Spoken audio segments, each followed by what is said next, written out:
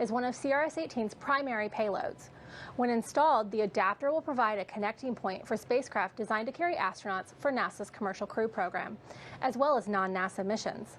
The adapters are built to the International Docking System standard, which means any spacecraft designed using these measurements can use the adapter.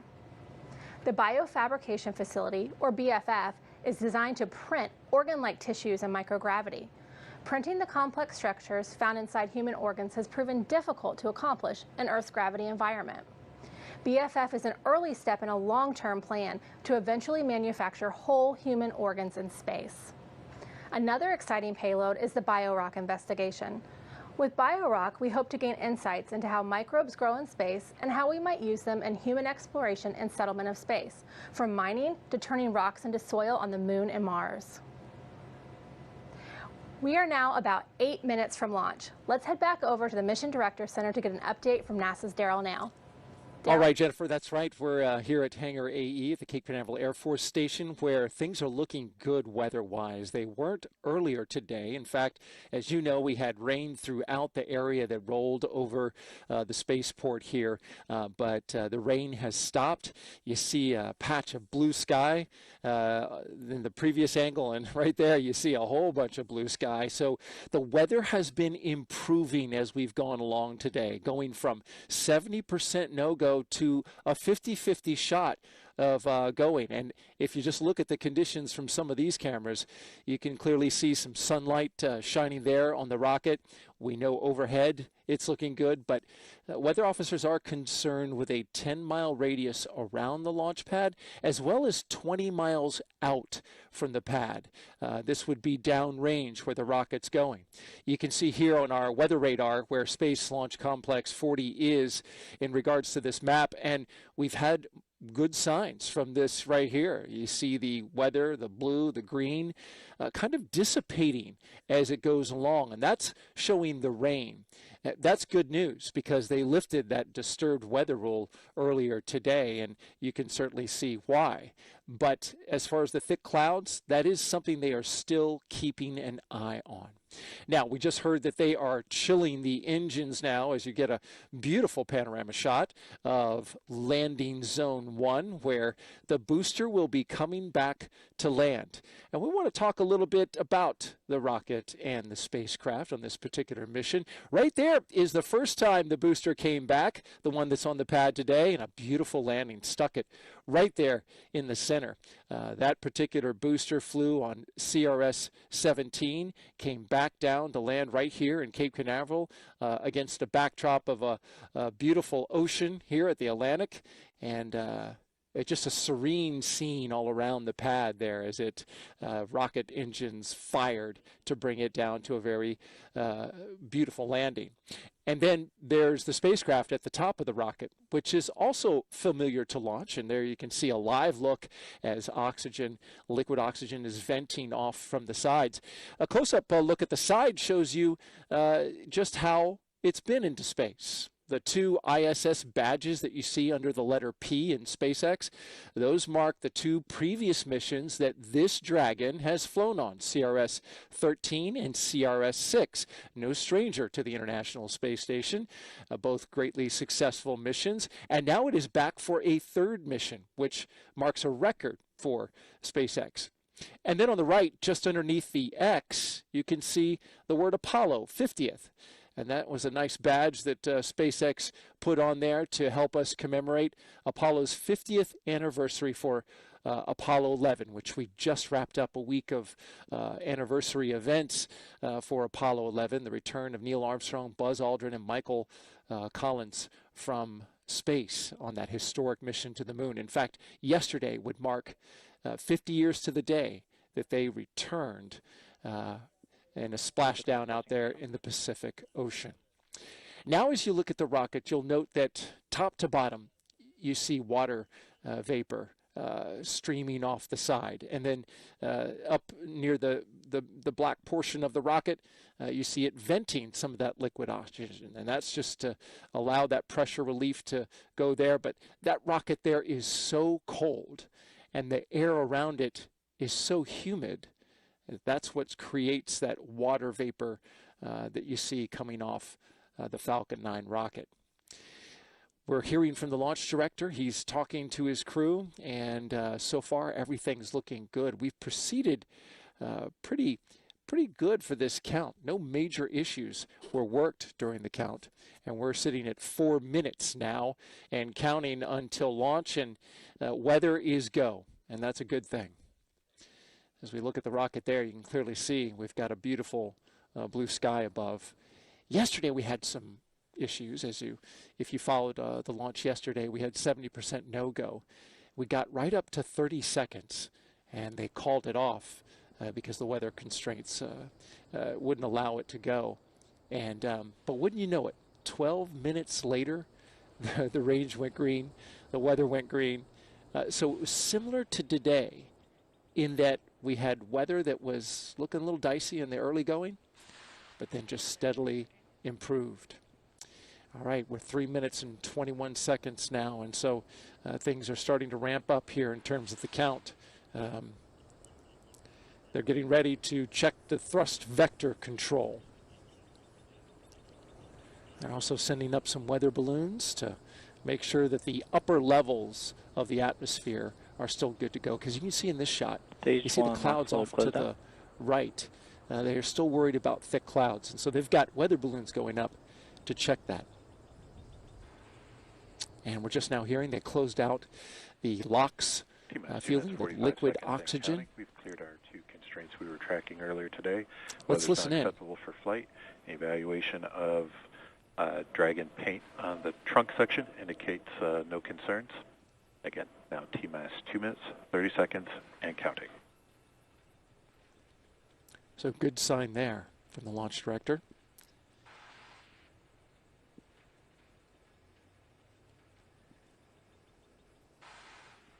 In just about 60 seconds, they'll put the Falcon 9 in startup, as well as the Dragon spacecraft. And right about the same time, they'll command the flight computer for the final pre-launch checks.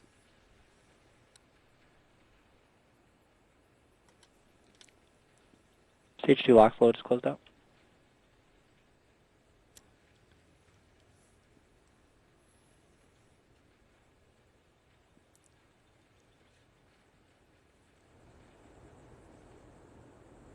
Some beautiful views around the Cape as we are go for launch in terms of the weather. We're now listening for the launch director to tell us whether they are go for launch from his team. And that's going to happen in just about 45 seconds. You see there all the venting, both on the rocket and on the ground from the liquid oxygen. She's fueled up and ready to go.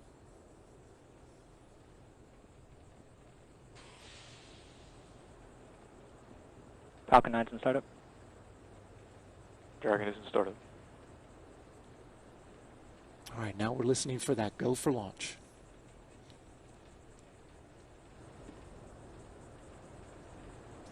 Go for launch. And there it is, the final seconds now.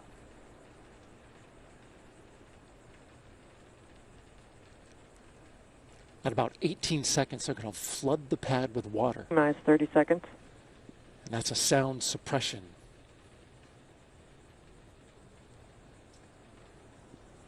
Ignition is at 3 seconds. And then they let it go. Minus 15 seconds. 10, And the final seconds 9, now. 8, 7, 6, 6, 5, 4, 3, 2, 1, 0. Ignition. And liftoff of the Falcon 9 rocket and the Dragon spacecraft. On the heels of the 50th anniversary of Apollo 11's return from the moon, we send more science and supplies up to the International Space Station. Launch flight operations. Stage 1 propulsion is nominal.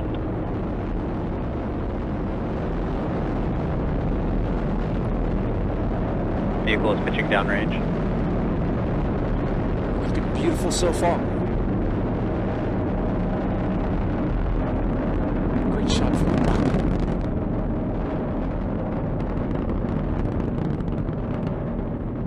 Power and telemetry nominal.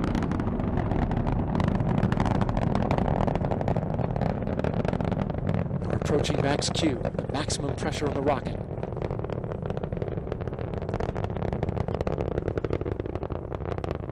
Vehicle is supersonic. I'm going to quickly throttle back.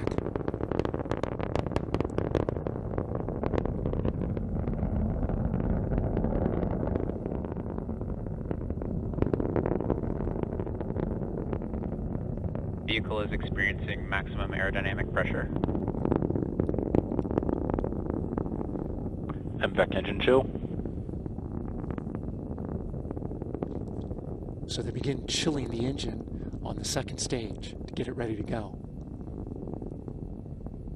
Beautiful shot there, looking up the tail end of the rocket. And there's the Cape getting smaller and smaller.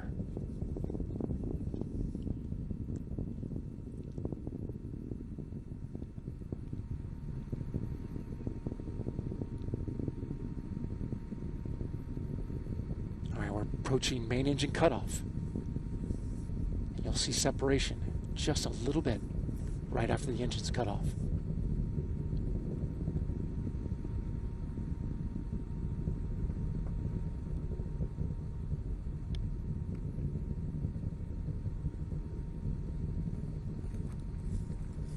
And down they go. Eco. There it is. Stage separation confirmed. And there goes the booster, which is coming back to land here at the Cape. MVAC ignition. Stage 1 boost back startup.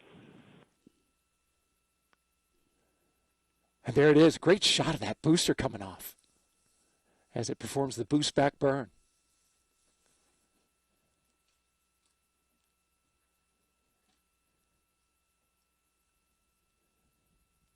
Well, you can see it clear as day in the sun.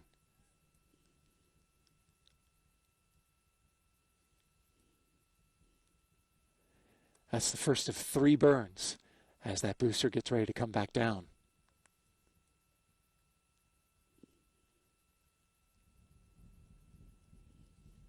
What a great shot. And there's the second stage, proceeding into space. Stage 1 boost back shutdown.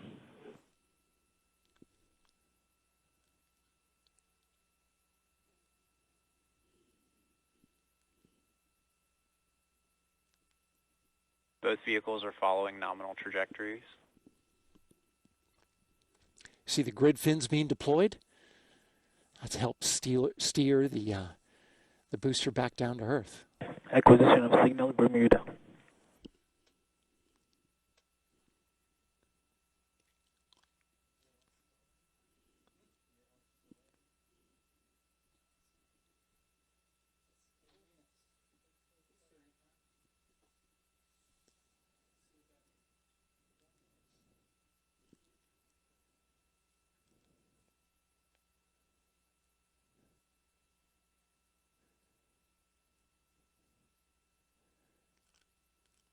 So you can see the little exhaust there that is steering that booster back down. And that from inside the second stage. Still got a shot of that booster coming down. Now it's vertical. That's a great shot.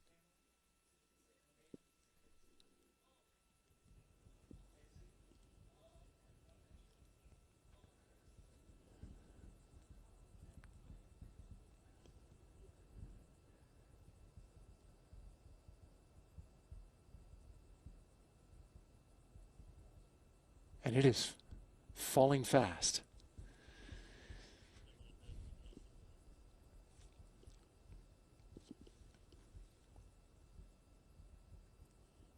Both vehicles continue to follow nominal trajectories.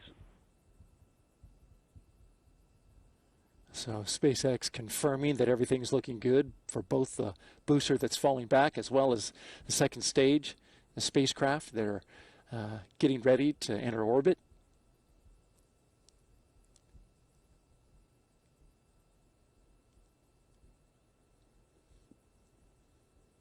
It's hard to keep a track on that booster because it is falling fast. That's a great shot, though.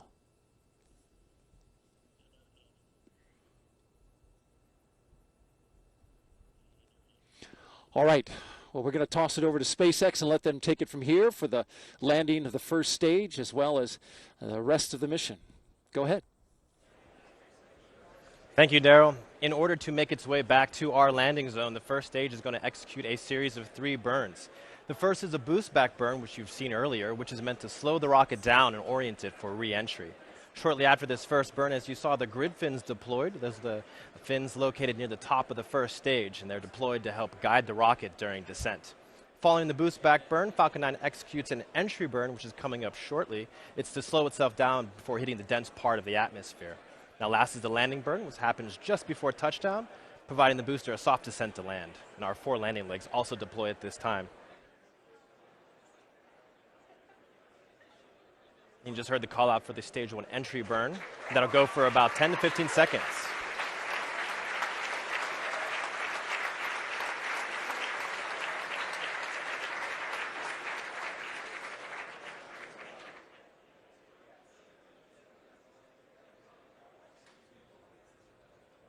Stage 1 entry burn shutdown. At this point, both the boost back burn and the entry burn have been completed, so we're just waiting on that final landing burn coming up in about 10 to 15 seconds. Let's keep an eye on the screen to see if we can see those engines light. Should be coming up in about 10 seconds. FTS is saved.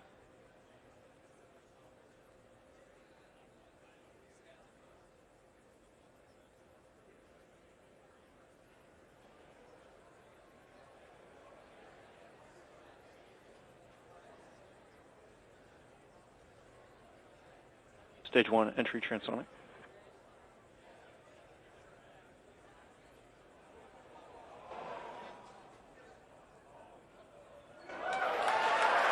Stage 1 landing burn started. And you can hear the landing burn just started. There, you heard the call out. Watch for those landing legs deploy coming up shortly.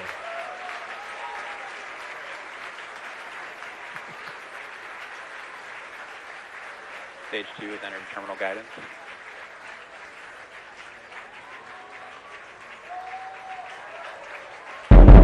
Landing leg deployed. There you can see those landing legs deploy.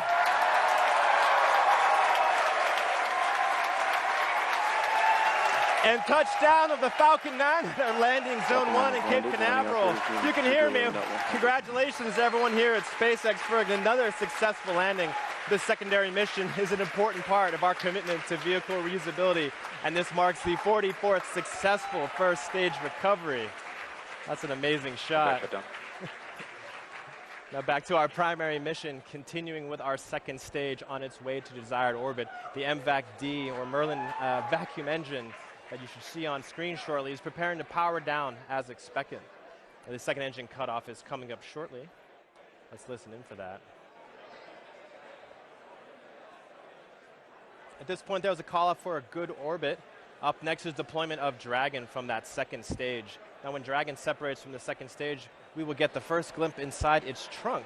Dragon carries 2 types of cargo, unpressurized cargo in that trunk section, and pressurized cargo inside the capsule itself. At this point, we're about a few seconds or so from Dragon separation, so let's listen in for the call out on the net. That should be very soon.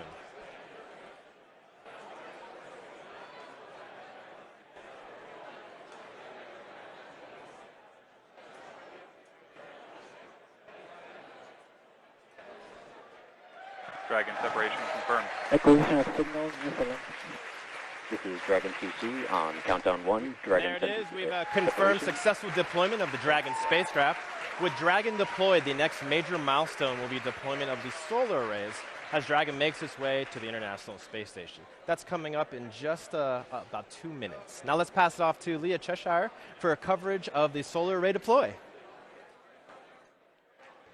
Thanks, Virgil. And wow, that is so exciting to see not only a launch, but an awesome return. And also, we are looking forward to the solar array deploys, the next part of Dragon's mission. So that occurs about 12 minutes after launch. And during the launch, the International Space Station was flying about 254 statute miles over Oman. Near the Arabian Sea. So we are going to take just a moment and wait for that confirmation of the solar array deploy.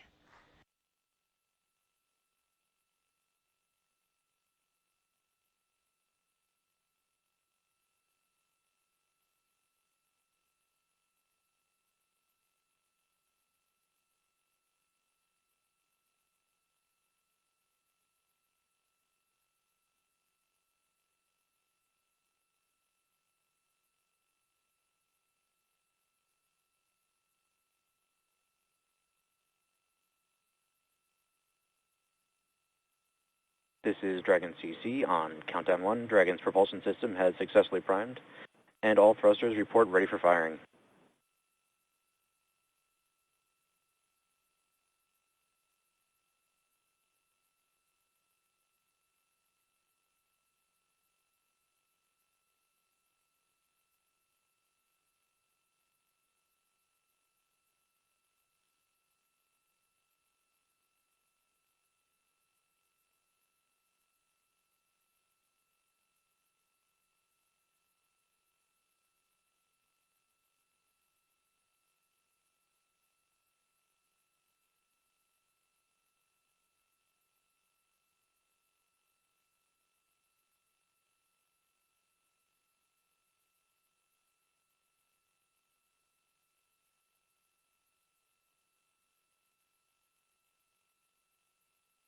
This is Dragon CC on countdown 1. Dragon is deploying its solar arrays.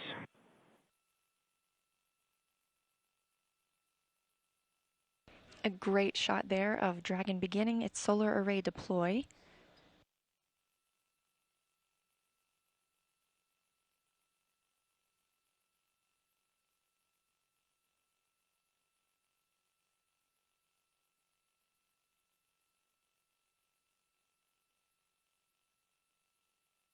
Expected loss of signal in Bermuda.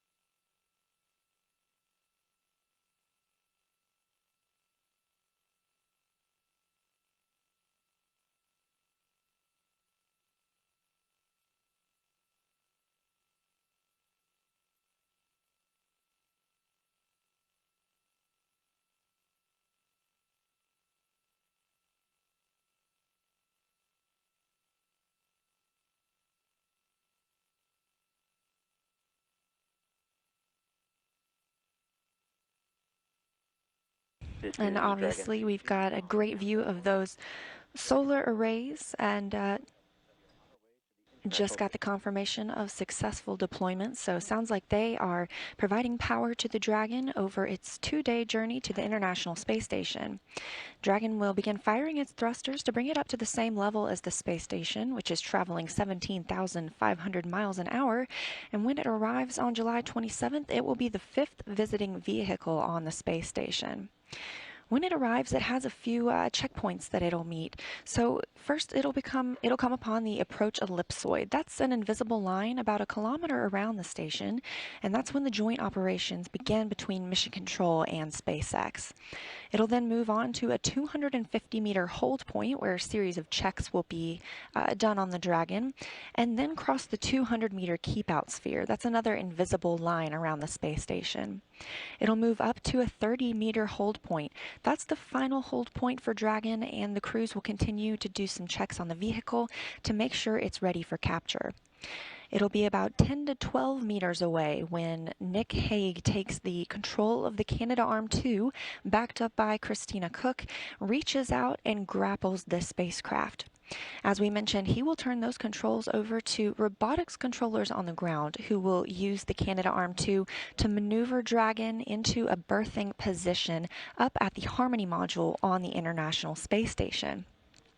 The crew will begin to access the cargo over the next month while Dragon remains attached before reloading it with supplies, science that's been conducted on the space station, and sending it back for a safe splashdown.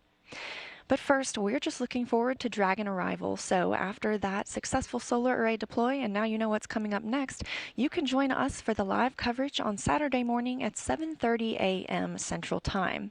With all of that, thank you, Jennifer, and back to you at Kennedy Space Center. Thanks, Leah. Joining us now is SpaceX's Virgil Kellehessen. Virgil, can you tell us a little bit about how launch went tonight? Be my pleasure, Jennifer. We had a beautiful launch at Space Launch Complex 40 today and also a re-landing at Landing Zone 1. This was our 7th mission to launch a flight-proven Dragon to the space station.